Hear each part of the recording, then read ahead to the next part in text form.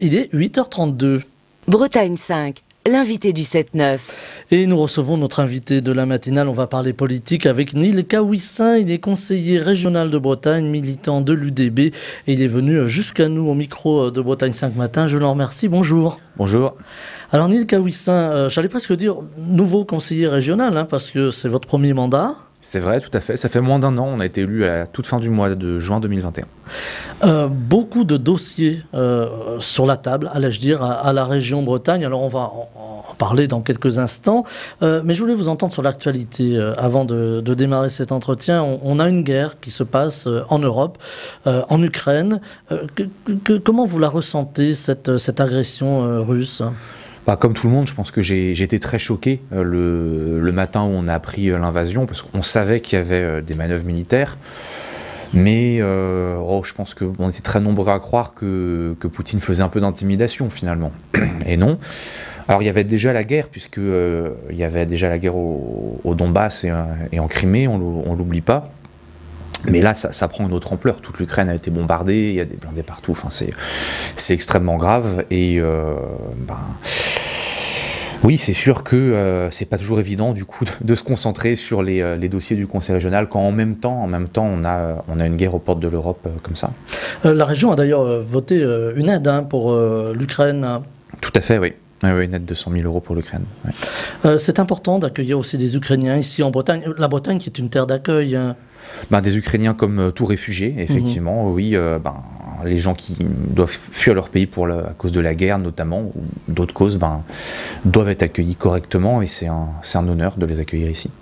Alors on va parler, malgré cette actualité compliquée, de la présidentielle, qui arrive elle aussi dans cette actualité compliquée. L'UDB a choisi de soutenir Yannick Jadot, candidat à l'élection présidentielle, candidat des Verts, Europe Écologie Les Verts. Pourquoi ce choix ?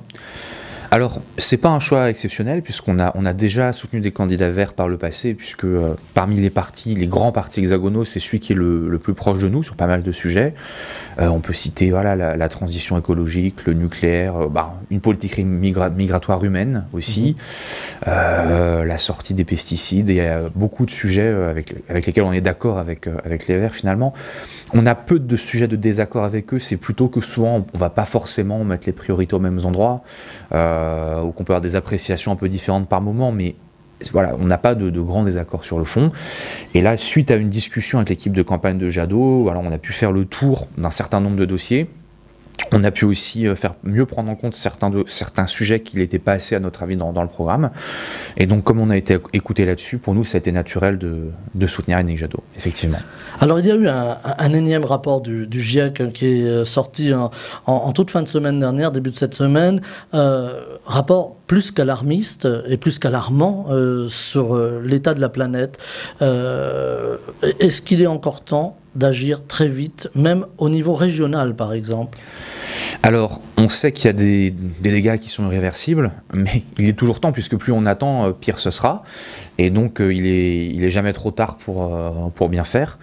Et oui, au niveau régional, il y a des politiques à réorienter rapidement, même si la région ne peut pas tout, parce que c'est pas l'acteur public le plus puissant sur le territoire, c'est l'État le plus important.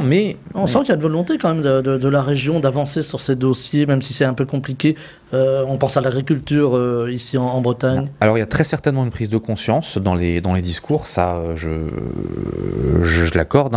Maintenant, à notre avis, cette prise de conscience, elle ne s'est pas complètement traduite dans les actes.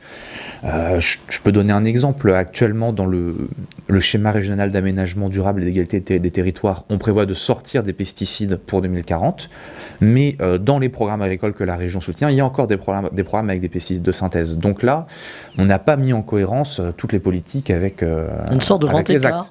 Il y a une sorte de grand écart, parce que aussi l'agriculture, l'agroalimentaire, l'économie bretonne est ce qu'elle est, et c'est pas évident, j'imagine, pour l'équipe en place de tout réorienter tout de suite. Donc nous, on est un peu critique, mais on pousse quand même pour que ça aille dans le bon sens. Vous votez évidemment lors des sessions du Conseil régional.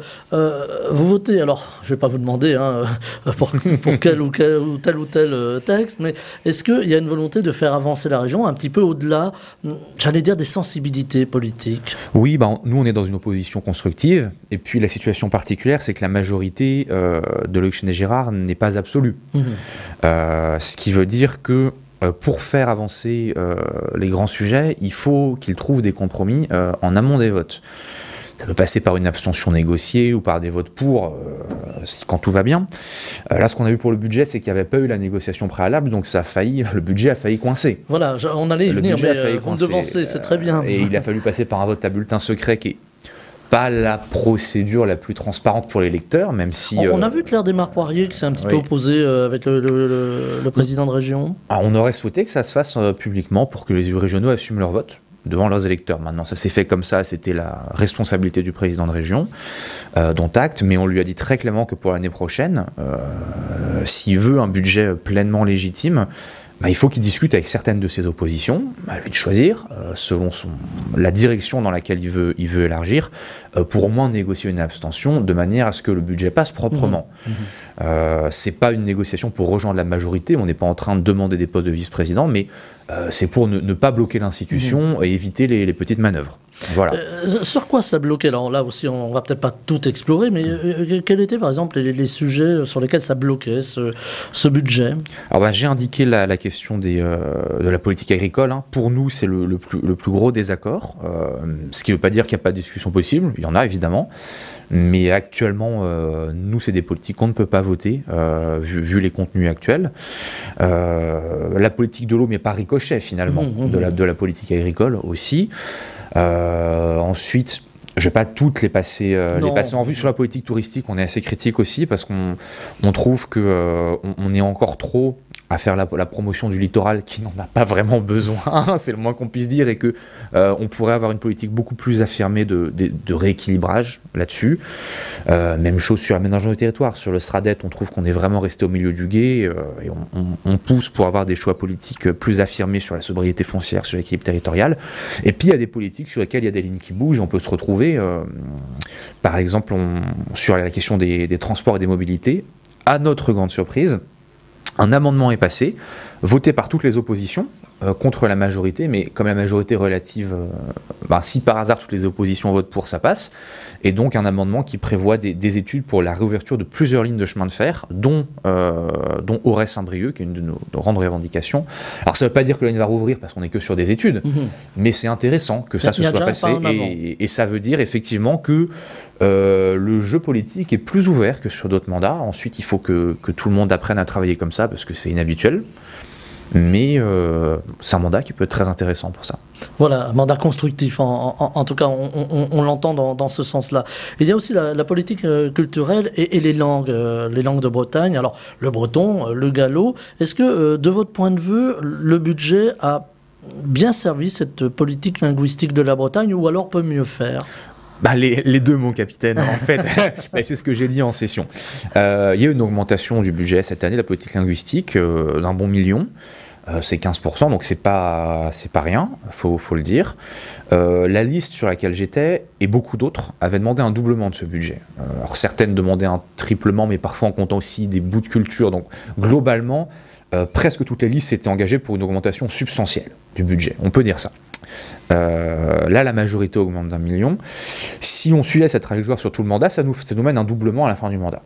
Donc, ce serait de mauvaise grâce de ma part de m'opposer à ça. Et on l'a voté, cette augmentation budgétaire, et on l'a saluée.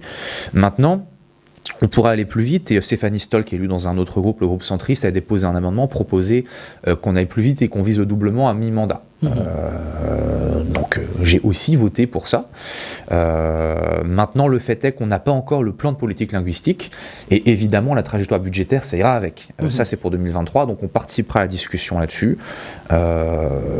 S'il y a une possibilité d'avoir une politique consensuelle, tant mieux. La région Bretagne fait des efforts en ce sens pour préserver, alors je dis préserver, mais aussi, je crois qu'il y a un autre volet. Faire vivre. Faire vivre, Ouais. voilà. La préservation, c'est une chose, parce que évidemment les anciens locuteurs bretons disparaissent, c'est le temps qui passe, mais les jeunes s'intéressent à la langue. Aujourd'hui, il y a l'éducation aussi à la langue bretonne, à la langue galaise. Bah, il y a deux gros enjeux, c'est la transmission et la place dans la vie publique. Évidemment, les deux vont ensemble, parce que l'un sans l'autre n'a aucun intérêt. Alors pour la transmission, la région intervient notamment pour la formation des demandeurs d'emploi qui peuvent se former en breton pour ensuite travailler soit dans l'enseignement, soit dans d'autres domaines. Donc c'est une politique importante, même si en fin de compte c'est l'État qui décide combien de profs de breton il y aura là-dessus. Mais disons que la région peut intervenir sur ce goulot d'étranglement pour essayer de débloquer les choses. Il y a moyen de discuter avec l'État quand même, de pousser un peu. Alors c'est pas évident parce que c'est pas évident parce qu'on peut pas dire que, enfin ça dépend des interlocuteurs en fait. On a un ministre de l'Éducation qui n'a pas été extrêmement ouvert sur ce sujet, c'est le moins qu'on puisse dire, parce que c'est lui qui est à l'origine de la censure partielle de la loi Molac l'année dernière. Et puis quand on voyait la convention État-région qui souhaitait pour la transmission des langues de Bretagne, on ne peut pas dire que c'était un grand progrès, bien au contraire. Mais finalement, le rapport de force, la mobilisation avec les manifs de Guingamp ont fait que on a eu un autre interlocuteur qui est Jean Castex, et ça a avancé d'une manière plus satisfaisante que prévu. Tout n'est pas débloqué, mais on a pu voter la convention parce que sur les objectifs d'effectifs dans l'enseignement bilingue, sur les objectifs de recrutement de professeurs dans le premier degré, sur la place du breton dans la vie publique, il y avait un certain nombre d'avancées historiques. Tout n'est pas réglé. Pour Diwan en particulier, on a des sujets d'inquiétude parce qu'il y a beaucoup de décisions qui sont reportées, des décisions importantes. Donc on va continuer à discuter, certainement à se mobiliser, mais là, on a quand même validé une victoire d'étape dans un certain nombre de domaines, il faut le reconnaître. Alors souvent, quand on évoque la langue, presque par ricochet, par répercussion, on pense à la Bretagne élargie dans ses frontières historiques et le fameux retour de Nantes en Bretagne. On voit qu'il y a beaucoup de choses qui bougent actuellement, il y a une volonté, alors je ne sais pas si les élections y participent, mais en tout cas il y a une volonté de faire bouger les choses. On a parlé de référendum, est-ce que c'est une bonne idée ? Oui, je pense que ce serait le meilleur moyen de débloquer la situation, puisque ce qu'on dénonce finalement, c'est un déni de démocratie, avec une majorité de citoyens de Loire-Atlantique qui souhaitent la réunification, et une majorité sur la région Bretagne qui le souhaite aussi, ça ne se fait pas. Ça ne se fait pas parce que c'est au niveau des institutions qu'il y a des blocages. Le référendum serait pour moi la manière la plus légitime de sortir de ce blocage. Voilà. Maintenant, là encore, un référendum, il faut bien le décider. Il faut bien l'organiser. On est bien d'accord. Mais pour moi, ce serait un symbole très très fort que ce soit organisé, parce que ça voudrait dire que ceux qui décident de ce que sont les régions finalement, c'est les citoyens de ces régions. Et c'est plus l'État qui découpe ça. Et je pense que ça donnerait une nouvelle force à la région Bretagne, comme ça pourrait être le cas ailleurs, parce qu'il y a d'autres endroits où le découpage est contesté. On pense à l'Alsace, par exemple, hein, où ça bouge pas mal actuellement autour de ce découpage. Ah on suit ça de près, évidemment. C'est un peu un laboratoire, finalement. Si les Alsaciens parviennent, par la voie démocratique, à récupérer une région de plein exercice, ce sera un précédent historique pour nous, puisqu'on ne peut pas dire qu'il y ait beaucoup d'autres précédents. Ça peut apaiser. Alors, je le disais en commençant, on est dans un contexte très particulier, contexte de guerre, il faut bien lâcher le mot, mais avant que ce contexte de guerre soit là, il y avait un contexte déjà très particulier, les gens ont du mal à se parler, on a une violence quand même dans cette société. Est-ce que le fait justement peut-être d'un redécoupage des territoires, d'un apaisement des territoires, ça peut faire aussi les gens discuter entre eux, alors peut-être sur d'autres sujets, mais est-ce que ça peut permettre aussi aux gens de se retrouver sur des territoires très concrets, avec des objectifs finalement sur ces territoires très concrets aussi? Alors c'est une possibilité évidemment, plus les collectivités locales seront reconnues, seront légitimes et seront puissantes finalement, plus la démocratie pourra être enracinée. Une grande différence entre la France et ses voisins, c'est qu'on a une démocratie bien fragile sur ses jambes, parce qu'on concentre beaucoup de pouvoir à la tête, à Paris, et finalement assez peu dans les régions par exemple, ce qui fait qu'on a moins l'expérience de la démocratie de proximité que nos voisins. Et assez logiquement, ça fait des débats politiques plus violents. Non que la démocratie locale soit toujours apaisée, toujours un long fleuve tranquille, on sait bien que c'est pas le cas, mais c'est au moins plus concret et on voit quand même qu'il y a plus de place, oui, pour des convergences concrètes et pour un débat plus sincère, je pense. Et puis, il y a les élus sur le terrain qui sont quand même plutôt proches de leurs concitoyens et qui peuvent discuter directement. Ah ben oui, plus on rapproche le pouvoir, plus on augmente le pouvoir d'interpellation des citoyens vers les élus. Et ça, c'est très important. C'est très important que les élus sachent que quand ils votent quelque chose, ils peuvent se retrouver à devoir l'expliquer le lendemain à leurs concitoyens. Et c'est sûr que plus on concentre le pouvoir, plus on réduit cette possibilité-là, plus on prend le risque que les élus ne comprennent même pas très bien comment leurs décisions sont ressenties. Alors aujourd'hui, il y a cet éloignement des élus, alors des élus de la République, on parle à l'échelle gouvernementale, du territoire, et j'allais presque dire des bassins de vie aujourd'hui, ce qui fait qu'il y a une rupture entre la population et ces élus-là, et ça se traduit aujourd'hui par un désintérêt pour la politique, un désintérêt pour les urnes, et beaucoup de personnes dans le désespoir qui se tournent aussi vers les extrêmes. Alors tout ça est très paradoxal. Je me souviens d'un sondage qui était sorti à la fin de l'année 2021 qui montrait que globalement la population voulait plus de pouvoir pour les régions, pour les communes, pour beaucoup plus de pouvoirs locaux et régionaux. Et en même temps, que c'est pour ces élections qu'elles se mobilisaient le moins. Alors on peut se dire que c'est un peu paradoxal, mais en même temps les gens savent où est le pouvoir. Finalement, c'est un peu le serpent qui se mange la queue. Et je suis persuadé qu'en donnant plus de pouvoir aux régions, on aura plus de participation aux élections. Un exemple, c'est la Corse. Alors c'est pas une région statutairement, mais c'est l'équivalent d'une région. Et là, on a eu plus de 50% de participation. Beaucoup plus, 2 fois plus que dans la plupart des régions françaises. Eh bien, la différence entre la Corse et les autres régions, c'est que là-bas, les départements et la région ont fusionné. Donc déjà, ça simplifie un petit peu les choses. Les gens sont moins les pinceaux. Et ils ont un petit peu plus de pouvoir qu'ailleurs. Un petit peu plus. C'est pas l'autonomie, mais ils en ont un petit peu plus. Et ça politise plus le débat en Corse. Et du coup, les gens se passionnent un peu plus pour ça, évidemment. On a finalement reporté le débat national sur le débat régional. Oui, et évidemment, ça coince, parce que quand on reporte le débat national sur le débat régional, mais en fait, les régions n'ont pas les compétences de l'État. Donc il y a un décalage. Quand on parle de sécurité à l'échelle régionale, les régions n'ont aucune compétence à la matière. Donc forcément que les propositions sont complètement à côté de la plaque par rapport au débat dans ces cas-là. Et c'est d'ailleurs un des soucis sur les élections régionales. Alors, il y a 2 manières de voir les choses qui ne sont pas contradictoires. Soit on se dit que les régions ont plus de pouvoir et que dans ce cas-là, le débat se concentrera sur ce qu'elles peuvent effectivement faire. On peut aussi se dire que voter partout en même temps, c'est problématique, et qu'on pourrait ne pas voter les élections régionales dans toutes les régions en même temps. En Allemagne, on ne vote pas dans tous les Länder le même jour. Et ça décourage un peu le risque d'une campagne nationalisée et en décalage avec ce que font réellement les Länder.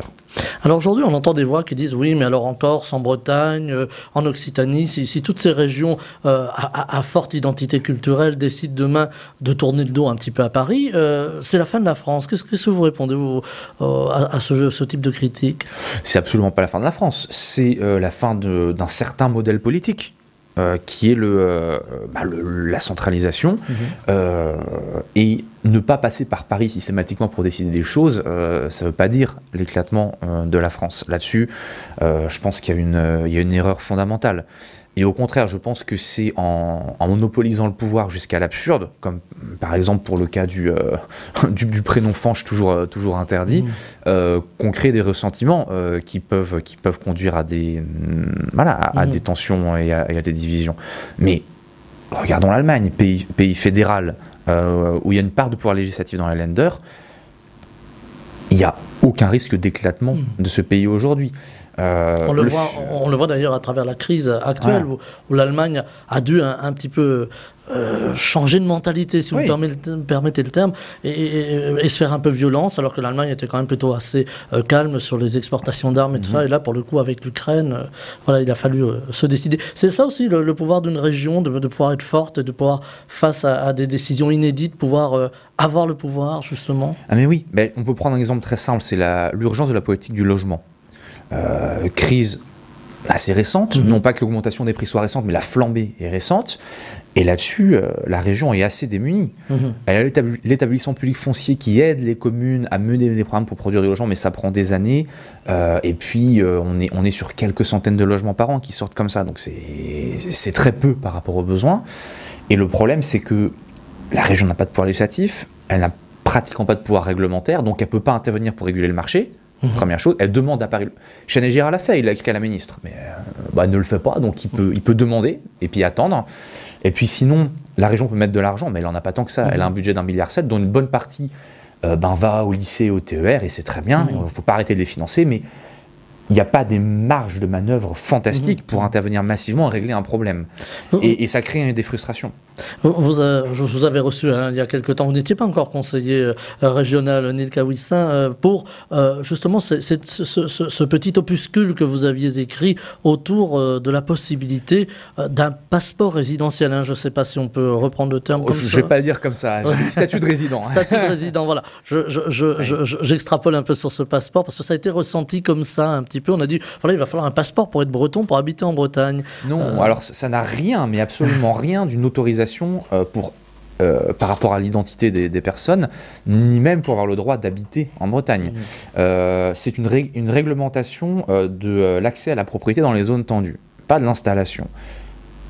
Et du coup, le principe, c'est que dans les zones où il y a tellement de résidences secondaires que l'achat devient impossible, et la location aussi pour la plupart des gens, on demanderait d'habiter depuis 1 an dans les environs pour avoir le droit d'acheter. Pas de s'installer, d'acheter. Et ça, en fait, c'est une mesure qui permettrait l'accès au territoire à des gens qui en sont exclus concrètement aujourd'hui. C'est absolument pas décider qui est breton place, c'est même pas la question. Et d'ailleurs, nationalité française ou pas, ce n'est pas la question. Vous pourriez être ougandais et habiter là depuis 1 an, et ça marcherait. Voilà. Donc il ne s'agit absolument pas d'un quelconque passeport, c'est une mesure de régulation. Je vous taquinais un petit peu, parce qu'on a vu ça sur les réseaux sociaux qui sont très imaginatifs. Aujourd'hui, il y a cette question du logement. Alors on parlait tout à l'heure des transports. Je reviens 2 minutes sur l'élection présidentielle. On a vu cette montée de l'extrême droite. Alors, vous parliez de prénom Franche, peut-être sera-t-il interdit si, voilà. Mais est-ce que, plus sérieusement, aujourd'hui, ça vous inquiète? J'ai posé la question à plusieurs des invités de la matinale, je la pose de façon assez récurrente. Est-ce que ça vous inquiète, cette montée de l'extrême droite, y compris ici en Bretagne, qui n'est pas une terre d'élection de l'extrême droite? Oui, bien sûr, parce que pour moi, c'est une décomposition de la conscience politique. Quand on voit comment Zemmour a jailli d'un coup de baguette médiatico-financier, en réalité, sans s'appuyer sur aucun mouvement populaire. C'est le succès du bourrage de crâne, cette candidature. C'est dangereux. Non pas que je trouve que Le Pen soit fantastique, absolument pas. Mais là, on a une forme d'extrême droite complètement construite par un empire médiatique. C'est dangereux. C'est extrêmement grave. C'est extrêmement grave. Et ça montre qu'une partie de l'électorat a totalement perdu ses repères politiques. Comment se réapproprier justement, alors peut-être à l'échelle régionale, justement cet électorat, comment déjà le faire revenir aux urnes et avec des propositions qui soient vraiment en phase avec ce qu'il attend, cet électorat? Je pense qu'il faut assumer des propositions relativement radicales et de rupture, ça ne veut pas dire violente. Quand je dis ça, je le précise. Mais en tout cas, vous nous rassurez, ceux qui ne parlent pas breton, je ne parle pas breton, vous nous gardez. Mais en tout cas, quand je dis radical, c'est au sens de qui essaie de régler les problèmes à la racine. Je pense que la gauche se perd avec des solutions cosmétiques et qu'il faut qu'elle renoue avec une volonté de résoudre les problèmes globalement, en bousculant parfois l'ordre établi. Là encore, ça veut pas dire être agressif dans le discours, c'est absolument pas ça, mais c'est donner des perspectives de changement.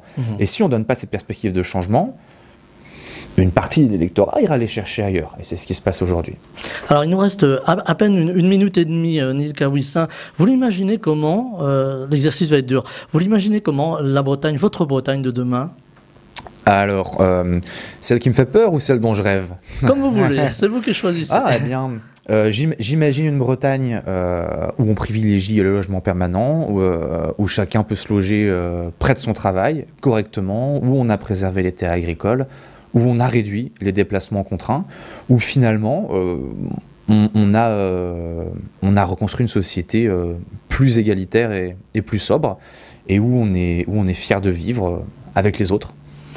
Vous allez faire venir beaucoup de citadins des autres régions, hein, et ça va leur plaire le discours. En tout cas, merci Nilka Wissam d'avoir été avec nous ce matin sur l'antenne de Bretagne 5, et vous allez revenir parce que la campagne continue et il y a beaucoup de choses qui se passent en région. Je rappelle que vous êtes conseiller régional de Bretagne, militant UDB, et que vous êtes venu au micro de Bretagne 5 matin en direct. Je vous en remercie, je vous souhaite une très belle journée. À vous aussi. Bretagne 5 matin, le 7-9, Stéphane Hamon.